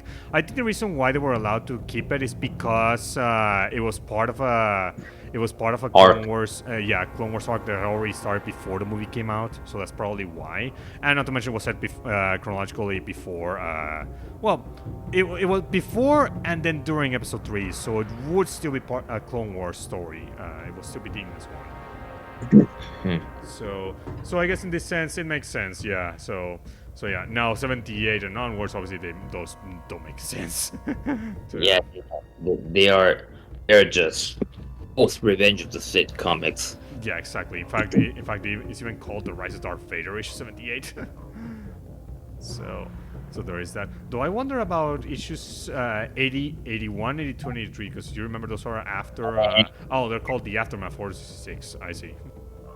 It, So in that sense, then yeah, only Solukama itself has the Clone Wars comic moniker, even if two of his issues released after Episode 3 came out. So it's novel. It's a reminder of our younger days back in 2005. The whole hype about Star Wars Episode 3 being all over the internet, and the whole lightsaber spoons and shit. Remember that? Yeah, oh this man, is this book reminds me of those days. oh man, I can't wait to relive the gloriousness of Episode 3 in theaters in 1 month. It's gonna be epic. So yeah, it does remind me of those days. Yeah. Indeed, and to see what else this book what else this book has, we should definitely look at the EU connections. And holy freaking shit! Well, this is James Luceno, so it is not a surprise that this one is jam packed with references. So let's get into them. So, the one, do you mind getting the most obvious ones out of the way? Let's see. Alpha 17 is mentioned, so that would mean Republic Comics are mentioned, not specific issues. So let's just say Republic Comics, It references and then several multiple issues, so yeah, obviously we don't need to mention all of them. But it references the comics. and then Dirge, the bounty hunter, is also mentioned. Oh no, no, oh, wait, I remember. There were specifically references towards Dirge and the IG Lancers. I forgot which chapters they were, but yeah, they were mentioned. Chapters 5 and 8. And then there were mentions of Alpha 98, Jango Tat, or Nate, the Cestus Deception, and Yes. let's who? Yeah, Kukruk. Yeah, that guy is mentioned. He's not dead, by the way.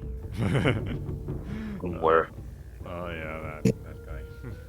Don't forget the most obvious connections to this book, aside from obviously episode 3 itself and the novelization.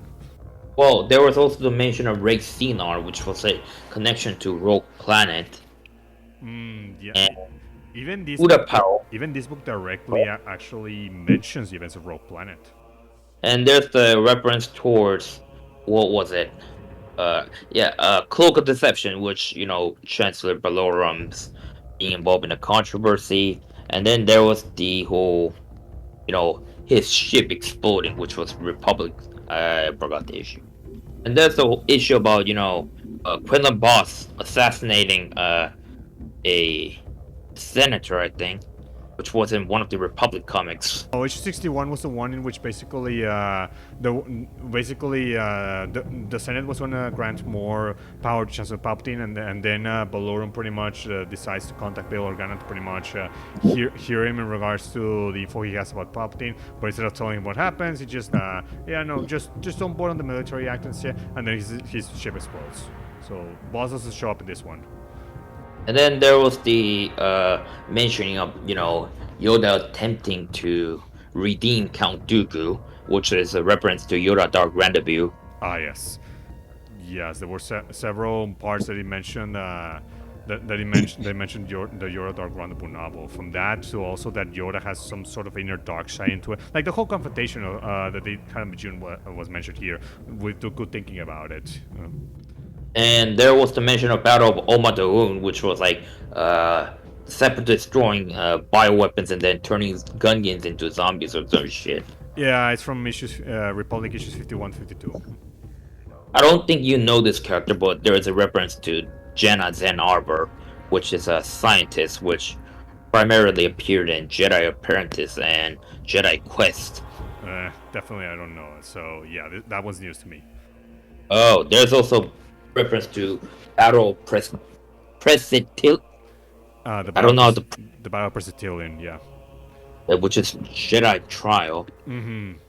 Makes sense considering that this book has plenty of tie-ins to several of the most noteworthy battles of Anakin, from Persitilian to Argonar to even the Battle of Jamim is actually mentioned here. Yeah, there's also a Battle of Yavin 4, which was Anakin and Ventress. Asajj Ventress fighting near Exar Kun's temple, I think. Ah, yes. Yeah, indeed. Wait, is it Exar Kun's temple? I'm not sure about that. Well, it's one of the Masasa facilities, temples in there, so it could be either one. Could be anyone. So yeah. One thing I did notice is that there's plenty of mentions to Ventress, but Ventress is like nowhere to be mentioned, nowhere to be even referenced. Yeah. I think I, reference I, is I know the interesting part about that. Do you know? Hmm.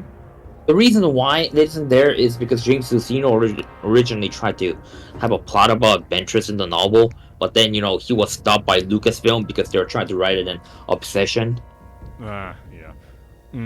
Yeah, I can see how that's the case. Yeah, it's good because if they had done that, well, he done that.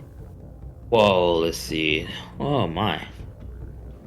You There's reference. mention of Horus thing. Ah, yeah, of course. There's a lot of reference that even I, a person like me who lives and drinks EU, if that makes sense. Yeah. Not, bro. Yeah, obvious. Yeah, definitely.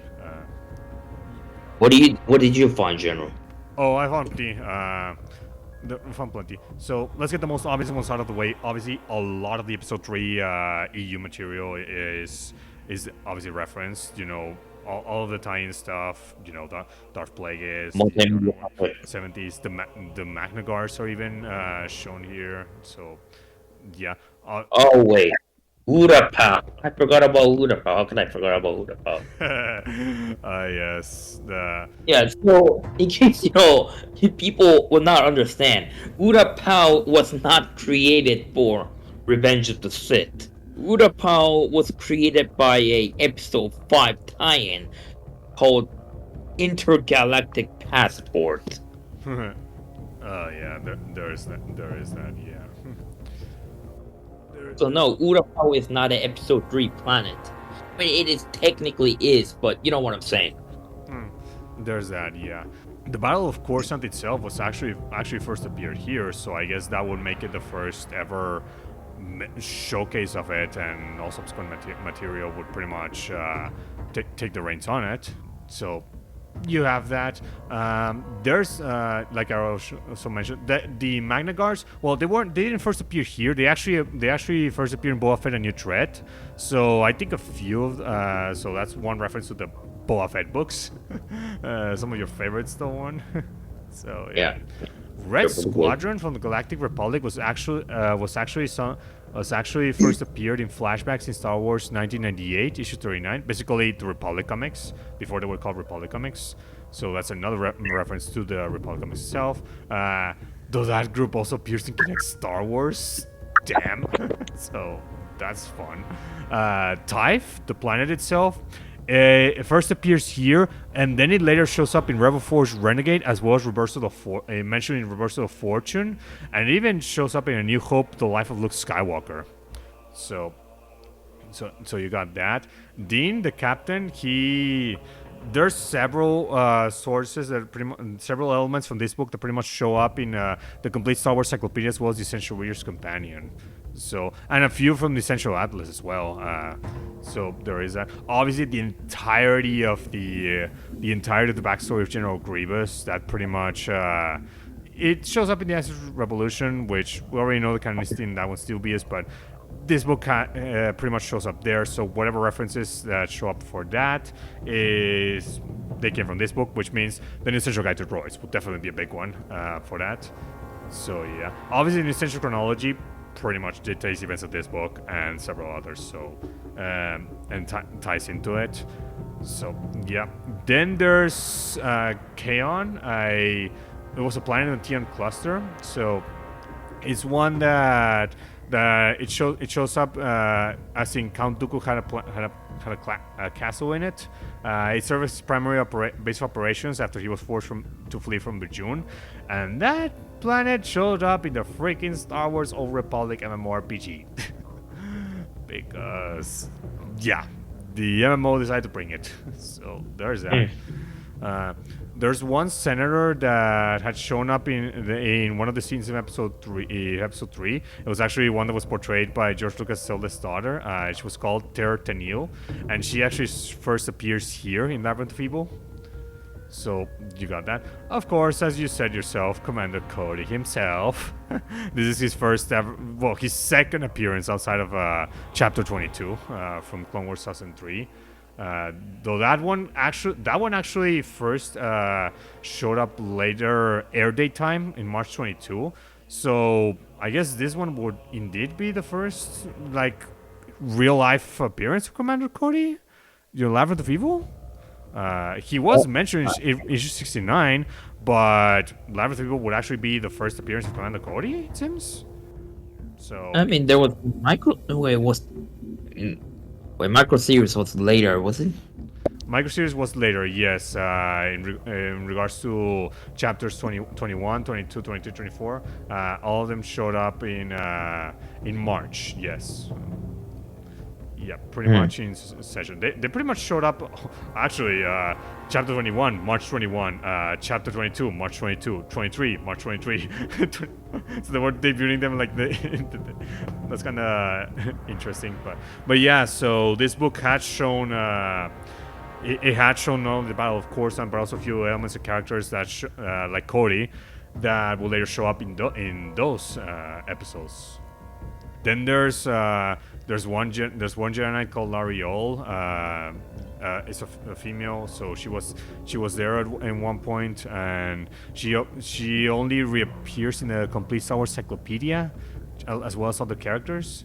So there's that. You already mentioned Jango Todd, that is from the Cessna's Deception. So yeah, the Shicharians, the high-minded species, they first appeared in the episode 1 Incredible Cross Sections. That's their first ever mention. So we're going all the way back to episode 1 itself. And even before Cloak of Deception itself. So there's that for you. So you got that there. The Invisible Hand, it first ever appeared in this book. Ever. Yeah, ever. This is the first of all time. So, yep. Grievous's flagship cruiser, Labyrinth of Evil, the first ever. Before the movie, novelization, before everything. Even before freaking up Battlefront 2, the video game. Hell, even before there was Star Wars, the video game. So, that's how much this book had the early sneak peek to every single episode 3 element we were going to see in that movie. Except for Mustafar. Seems Master Barak was also mentioned in this novel. Remember that? Yes. The guy was really crushed by Grievous. The entire Battle of Hypori was actually referenced in this book. Like, this book references plenty of events from the Clone Wars the Clone Wars microseries. Like, several of them, from the Battle of Hypori to... even mentions Mace Windu's battle in Dantooine, where he pretty much took down single-handedly that... with the kid. Yeah, exactly. That he took down that entire separatist device that was creating all of those humongous sand dune. I forgot how it was called, but yeah. And also Kit Fisto and his battle in Mon Calamari is also mentioned. Like, this book references the Mike series a lot, which makes you wonder why the hell the Battle of Coruscant got contradicted, but now we know it's because there was no communication on that one specifically. So it wasn't a James Luceno fault, it was more so a Lucasfilm internal issue with that one, but there's that. Nalos 3, the planet itself, it obviously first appears here, and it's obviously referenced in Essential Atlas, Complete Star Wars Encyclopedia, Essential Reader's Companion, but it also is mentioned in Skywalker's A Star Wars Story. Yeah, that book, 2015. Yeah. It almost became lost media. Yeah, so there's that one for you. Then there's Stalkazar, the beef, the one that was arrested in Escarte, only appears in the Clone Wars, the complete Star Wars Encyclopedia. So, but his first appearance is here. So, you got that, and then there's Squad 7 itself, a small group of specialists created by Advanced Recon Commando Alpha. they actually for first appearance wise is said to be it says to be Obsession, but we know the issue 5 released after this book. So Labyrinth of Evil is actually the first appearance, just as Obsession I took mean, it. So it's one of these things, right? So they could be working on the comic before. I mean, doing a comic also takes some time. So who knows if James Luceno was able to reference it? Like a lot of these references you see in Revenge of the Sith, right? And James Luceno got the script, so he was able to reference it earlier. So I don't know whether Obsession created it, and then James Luceno was able to introduce it earlier, or Obsession looked at Labyrinth of Evil and did it later. I mean, let's just put it as a reference then. Squad It's kind 7 of did not show up in episode 3. So so it's possible that I guess in that sense Labyrinth of Evil was the first one, and then Obsession issue 5, because that one came out on May 18, 2005, like damn fucking close to the episode 3 movie. In fact, I think it's the exact same day. So so that's Labyrinth of Evil has the first one here for that one. So there is that, and those are those are some of the big references I have. It also mentions the Siege of Seleucami with Master Tome and also Quinlan Boss with his fall to the dark side. It also mentions that, as well as I mentioned before, him visiting the works to find Count Dooku. So well, Darth Bane is also mentioned. oh yes, of course, Darth Vane. He definitely mentioned here, and there's a few things from this book that were later referenced in Darth Plagueis, like for example, Exes Balorum, whom he was I think he was one of the priestesses of Chancellor Balorum. He apparently was first mentioned in the episode 1 visual dictionary. Indirect mention, not this specific name. Is Labyrinth of Evil the one specifically gives him the name, and Darth Plagueis pretty much brings back that mention, because of course James Luceno, how can he forget? He somehow remembers even his own most obscure references. He does his own work, which I gotta give him credit. It's fucking awesome. And by the way, Oddball, he first appears here in Labyrinth of Evil. He also appears in Obsession, so there's a issue 4, so which came out later. So yeah, Roron Korov, which is the is the Eitor Jedi that appears in the micro series. He first appears here. So there is that, and yeah, then there's a few other characters like Perdon the Lordian Jedi Knight that pretty much that apparently dies while fighting Grievous during the Invisible Hand. He first appears here, but then he also is apparently in the Star Wars.com in one of the. It was a blog from Daniel Wallace. So he just showed up there, and that was it. And then Valiant, the ARC Trooper, that was killed by Palpatine. When they were so damn close to realizing he was Darth Sidious. Complete Star Wars Encyclopedia. So a lot of these are gonna be having the complete Star Wars Encyclopedia. So there is that. Now, for the main events of Labyrinth of Evil being referenced in other sources of canon. Oh wait, there was also a thing in Darth Maul Saboteur, which was Darth Maul being sent on a mission by Sidious on Dorbala. That thing's also mentioned. Oh, nice. Darth Maul Saboteur. Okay, cool. No, wait, who wrote this? Oh, it's James Luceno. Lol. Oh, no reference does count as a reference still, so I guess.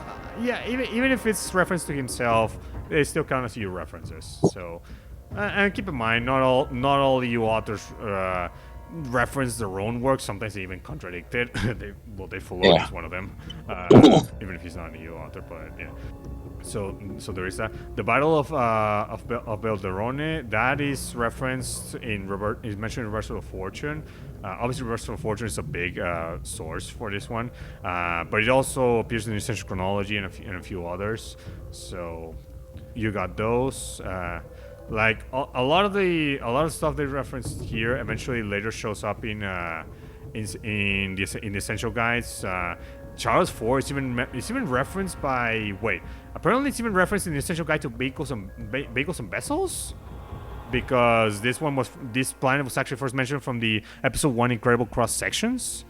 So it seems that this book really likes using episode 1 Incredible Cross Sections, if you ask me.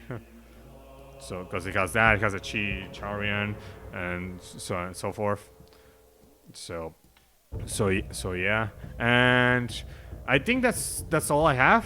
Because if I say a lot more, we'll probably be here forever. Because this book is chock full of them. Yeah.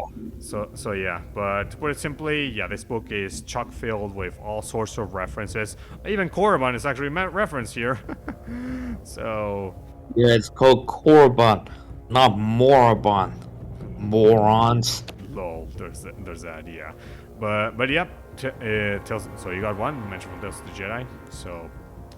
So yeah, and yeah, and of course Diego itself, which is an episode 4 novelization reference. So yeah, lots of references. So this book is chock full of them. So yeah.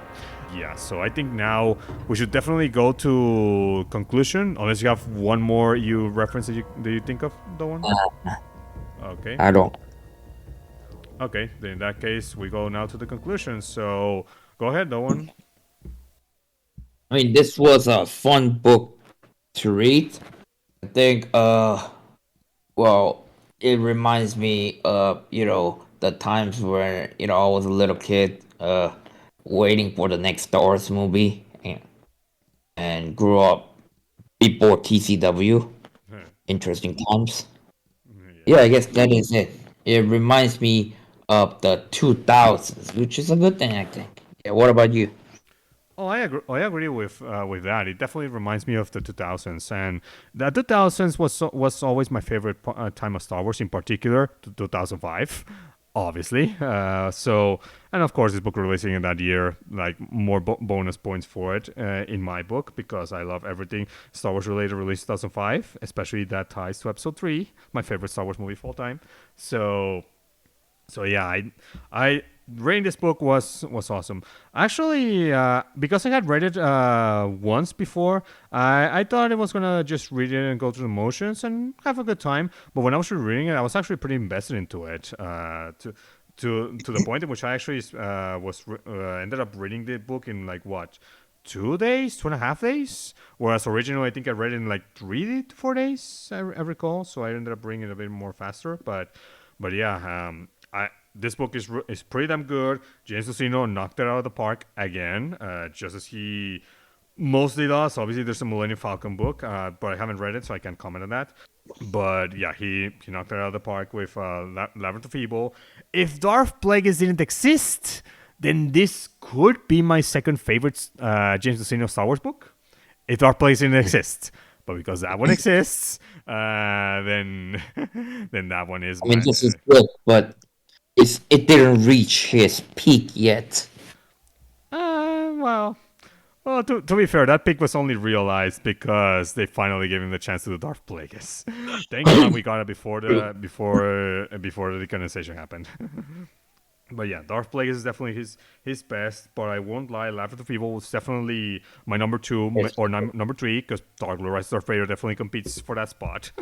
So so yeah, but Labyrinth of Evil is definitely one of the best Jason Cena books, and any Episode 3 fanatic that loves Episode 3 and definitely wants to see how the setup the lead up to Episode 3 happened before Disney took over, definitely read this book. It's definitely a must. And should you read it before watching the micro series?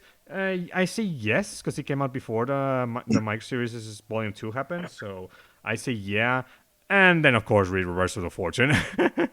So to have that tied up, but yeah. So Labyrinth of Evil, highly recommend it, and I really do think that this is one book that it should have a spot in your Star Wars library, and not just digital library. I think even physical library, because yeah, and it was actually one of my first 10 EU books that I got when I first got into it. So yeah, I do strongly recommend Labyrinth of Evil for any Star Wars fan, especially Episode 3 fanatics. Go and get it. So you won't be disappointed on this one.